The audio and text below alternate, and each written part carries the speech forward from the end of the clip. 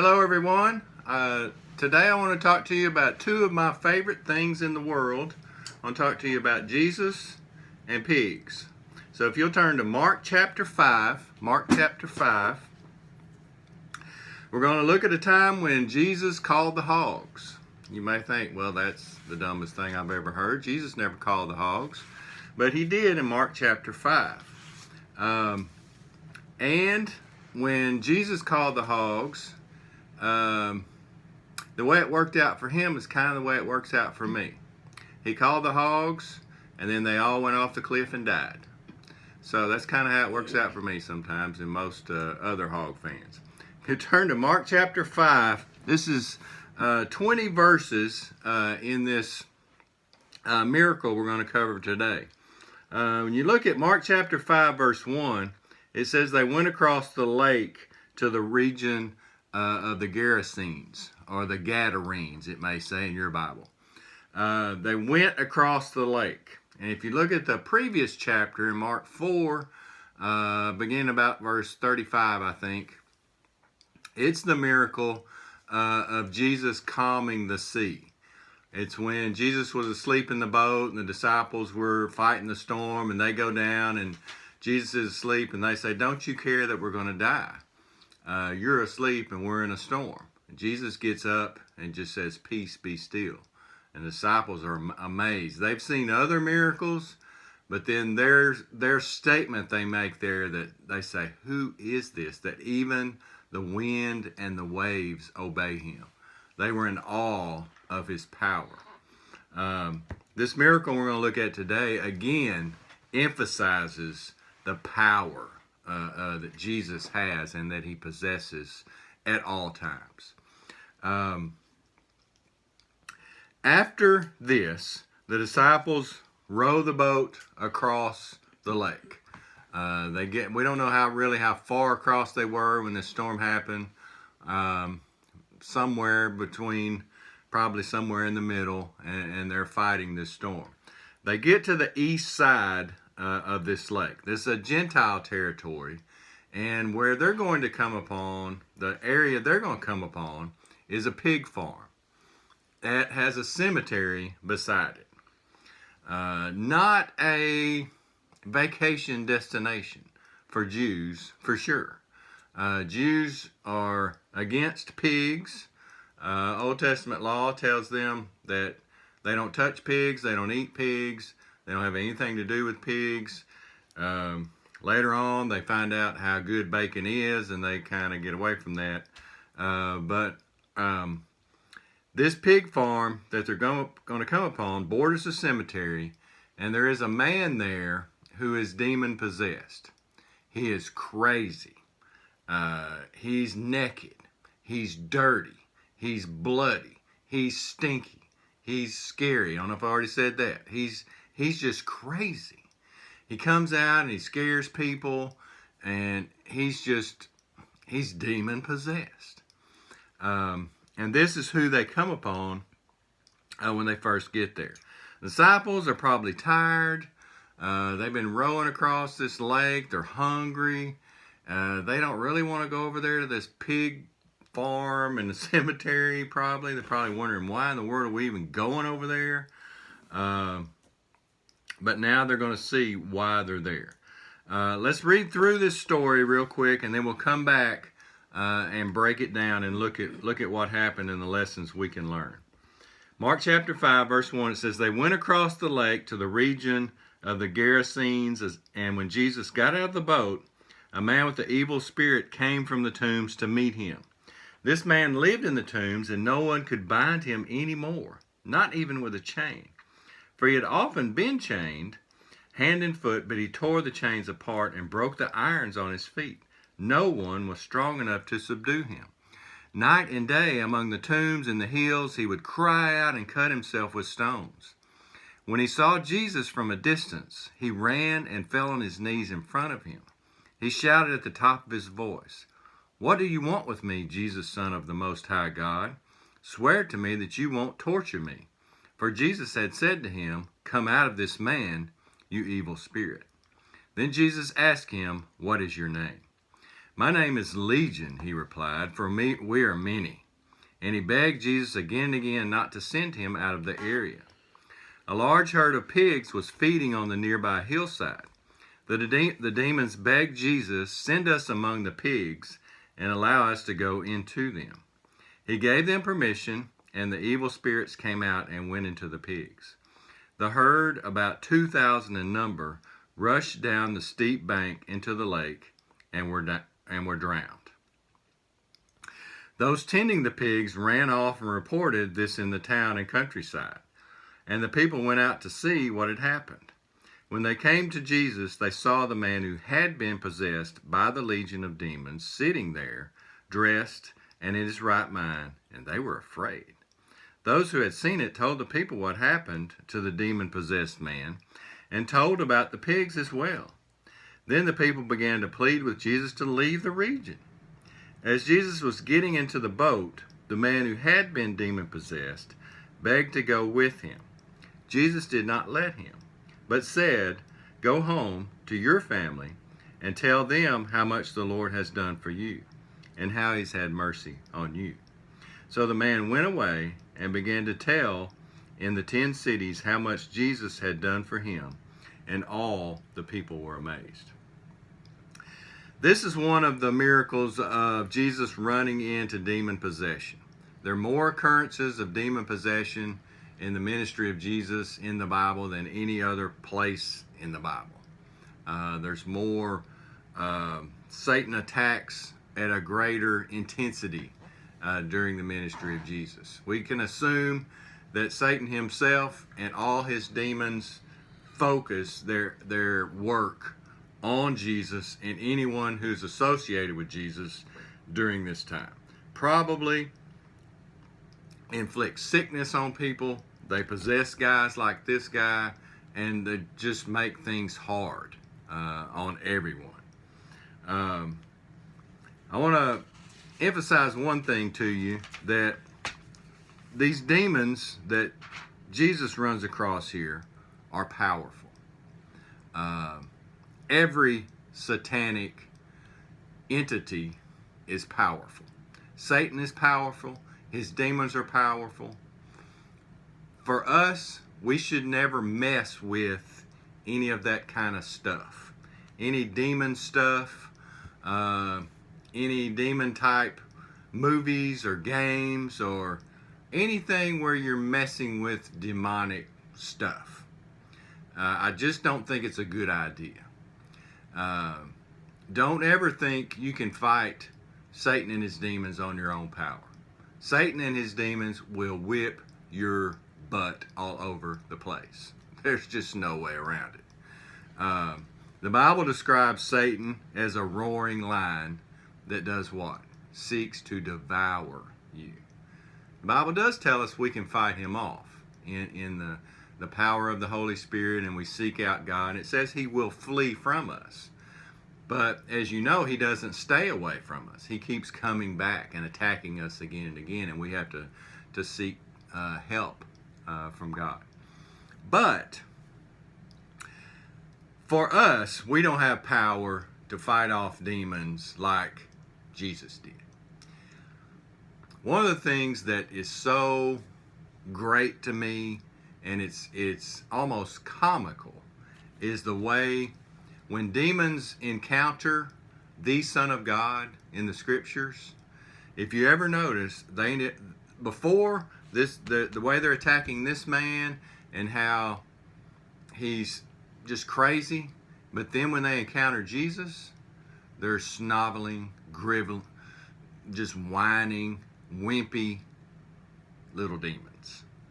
They're no longer, talking in a crazy voice and saying, "We are Legion." They're saying, "Please, Jesus, don't hurt me." Seems like that's what they're saying when they come upon the Son of God. They know who Jesus is. They know his power. They know their ultimate destination. And as you can see with these demons, they know who he is. They recognize his power, and they don't want to go to their ultimate destination in the lake of fire just yet. And they beg for mercy from Jesus. And that's another thing you'll always see when a demon encounters Jesus. They beg for mercy. They know what he can do to them. They have no power over him. Another thing you'll notice when Jesus encounters demons is how he defeats them. He simply speaks. That's it. He says boo, and they're gone. He doesn't do any fancy seance. He doesn't do any tricks. He just says, beat it. Get out of here. Scat. Suey. Whatever. He just, get out of here. And they do. Let's look at what happened with this guy and how Jesus worked with him. In verses 2 through 5, you see that this guy from Gadarene, he lives among the tombs, it says, or caves, or he's in the cemetery. He's probably, most of the cemeteries in this time were kind of built into the hills and into the caves. There's probably dead skeletons in there where he's going in and out of. And it's just a really spooky place where this guy is. It seems like he would come out and scare people. It says he came out and hollered at people. We can see that it says he cut himself. So he's bloody, he's stinky. He's just a scary person. Verse 4 there tells us that at some point somebody got close enough, and it kind of seems on several occasions they've got close enough to him to chain him up. But he says he's strong enough. They put irons on his hands and feet, and he had broke them off, and now it says no one was strong enough to subdue him. Maybe again. They had subdued him in the past, but he's come too powerful now. Verse 5 says, night and day he would come out and cry. And just probably says something that you can't understand. He's just crying out in pain and maybe trying to scare other people. Everyone stayed away from this guy. I would. I wouldn't go nowhere near this dude, except with maybe a gun from a long distance. He's just a scary guy. And in today, if we were to come across someone like this, they would shoot him with a dart gun or something. There's just no way that you could subdue a person like this who is just possessed. One person that did not stay away is Jesus. Jesus, it seems to me, this is the only reason Jesus went across the lake to this area, was to see this guy. He never goes back. He doesn't really talk about this area again. So it seems like this is the only reason that Jesus goes over there. You notice in verse 6 and 7, when he sees Jesus coming, says he saw him from a distance, he ran and fell on his knees toward him. And he shouts what? Shouts to who? This guy immediately recognizes who Jesus is and the power Jesus has. Immediately. He doesn't bow up and say, come on, Jesus, you want to fight? You want to take on me? I'm a legion of demons. Some say that's somewhere between 2,000 and 6,000 demons that have come into this man. That's crazy. But he doesn't come up and say, come on, let's get it. He gets on his knees and he's begging for mercy. Swear to me that you won't torture me. Again, demons are fully aware of who Jesus is, and they turn into this sniveling, groveling, whining, crying, begging for mercy little demon. Jesus has commanded the spirits to come out of him. And then in verse 9, Jesus asks, what is your name? Apparently, demons have names. And I assume when this demon says the name, it's in like the scary, my name is Legion. It's in some kind of scary, deep voice where this name comes out. A legion in Roman military terms is about 6,000 men. So maybe this is 6,000 demons. Some say it's just 2,000 because that's how many pigs the demons went into at the end. Anyway, it's a bunch. It's a bunch. It's power. This is power from Satan that has entered this man. No one has attempted to even talk to this guy about anything other than Jesus. And Jesus is coming to see this guy. Verse 10, it says that he begged again and again not to send him out of the area, which is kind of strange. The demons don't want to leave this area. That's kind of strange to me, and I don't really know why. Before when the demons were in this guy, they're going out scaring people, and they dominate this man, and they dominate the area. Now they're begging for mercy because the Son of God has come on the scene, and they don't want anything to do with Jesus. They want Jesus to leave and let them go back to doing their evil work. Verses 11 and 12,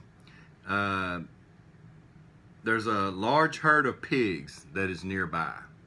And the demons seem to think that we'll be safer, that if you'll cast us into these pigs, we're safer in there than we are standing in the presence of the Son of God, Jesus, which is true. They don't want to be in the presence of Jesus anymore. Jesus agrees, says, "Suey y'all, woo pig suey," and then they commit woo pig suicide here as they go off the hill and into the water. 2,000 demon-possessed pigs had to be a sight to behold, and it was probably loud and just a crazy scene to see all these pigs just running off the cliff. Verse 14, those tending the pigs ran off and reported this. The pig farmers are not too excited about this. They're not really happy that they've lost 2,000 pigs, you can assume, which you can see why. They go into town, they tell everyone, and then everyone comes back to see this man. Verse 15, you see, it says, when they came to Jesus, they saw the man who had been possessed by the legion of demons. And it says three things about this guy. He was sitting down, he was dressed, and he was in his right mind. Probably three things that this guy hasn't done in a long time. I imagine he never really slept because it says there in verse 5, night and day he goes out scaring people. He was naked.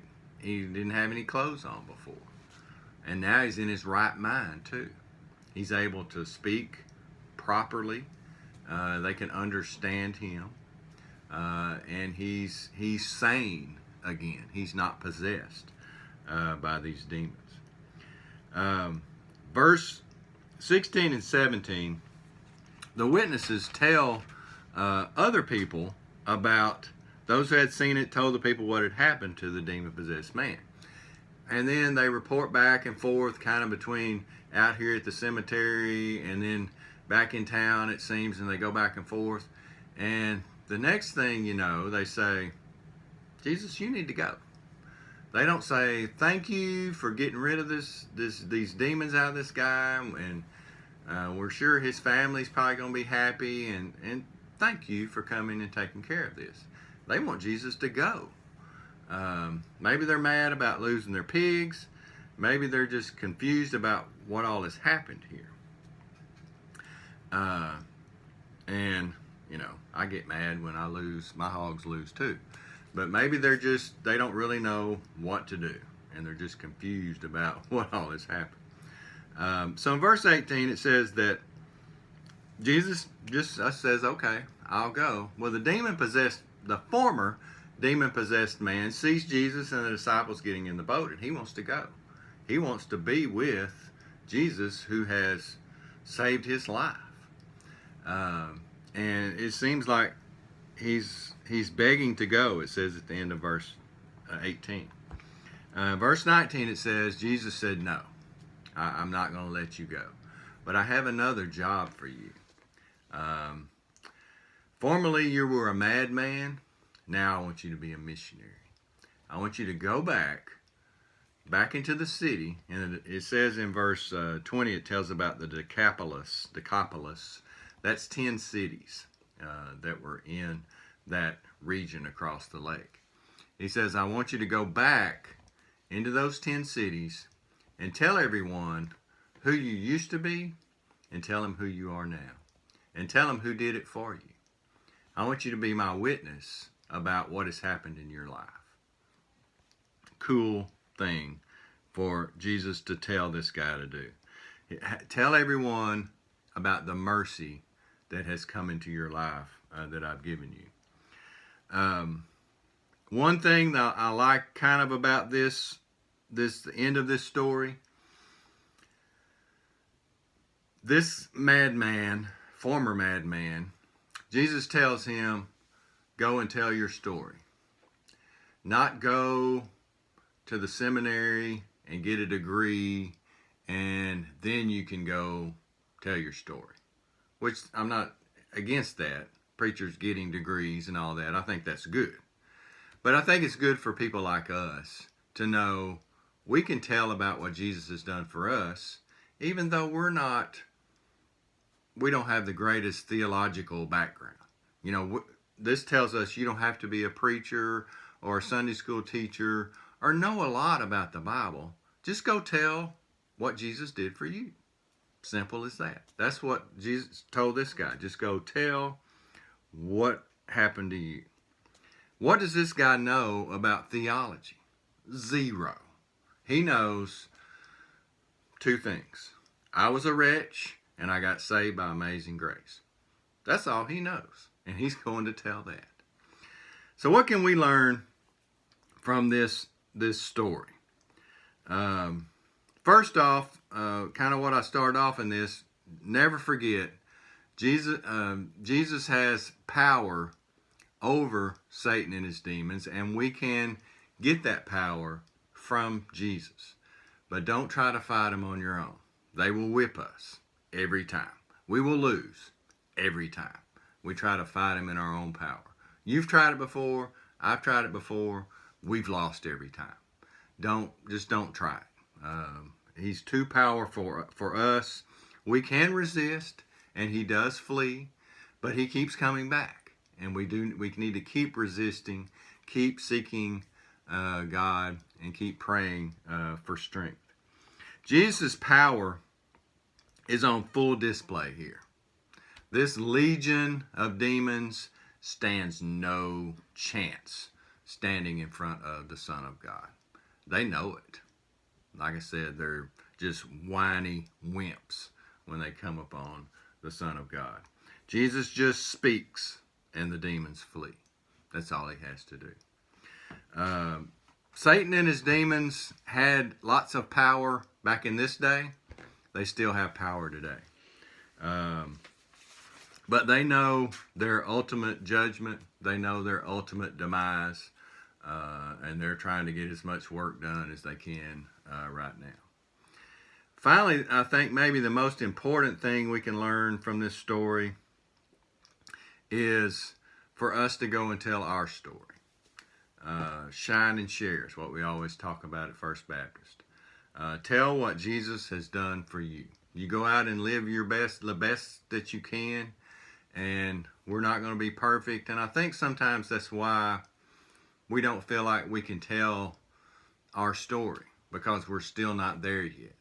But just tell how you got to where you are now. Say, I used to be worse than I am now, believe it or not. I used to be a worse wretch than I am now, but because of God's amazing grace, he's lifted me and made me better than I was and better than I ever could have been. Maybe your story is kind of ugly. maybe it's scary, and maybe it's bloody, like this guy's. Sometimes our stories are not pretty from our past, but I think that can help other people, because a lot of people have a story that is ugly and scary and bloody and stinky from the past.